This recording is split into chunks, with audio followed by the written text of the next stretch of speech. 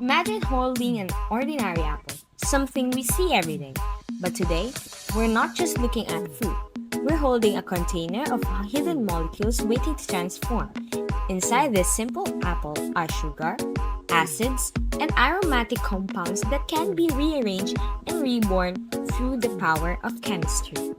In this experiment, we're about to turn apple juice into something completely new by guiding a natural chemical reaction. And our most unusual scientific tool? A balloon.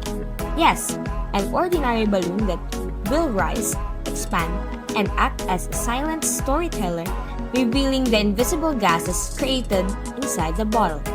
So, let's begin our journey, where everyday ingredients mix with molecular reactions and where a piece of fruit becomes a living demonstration of chemical change. We begin with fresh apples. Apples contain natural sugars such as fructose, glucose, and sucrose. These sugars will later serve as the fuel for fermentation. Washing the apples removes microorganisms and residues that may disrupt the chemicals reactions we want.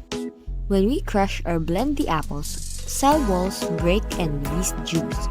Inside the juice are sugars, acids, and aromatic compounds. Filtering removes solid particles, which prevents unwanted secondary reactions and helps us observe a cleaner fermentation process. To control the concentration of available sugars for fermentation, we dissolve additional sugar in warm water. This is an example of a solution forming. Heat helps the sugar dissolve because higher temperature increases the kinetic energy of molecules, improving solubility. By increasing sugar concentration, we increase the potential alcohol yield because more sugar means more substrate for yeast to convert. We add yeast. Yeast is a living organism, but from a chemistry perspective, yeast provides enzymes, which are biological catalysts.